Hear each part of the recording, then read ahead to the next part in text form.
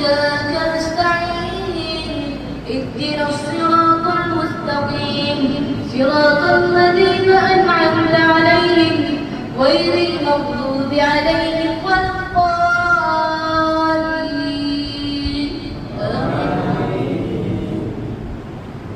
وإذا مس الإنسان ضر دعا ربه منيبا إليه ثم إذا خوله نعمة منه نسي ما كان يدعو إليه من قبل وجعل لله أندادا ليضل عن سبيله قل تمتع بكفرك قليلا إنك من أصحاب النار.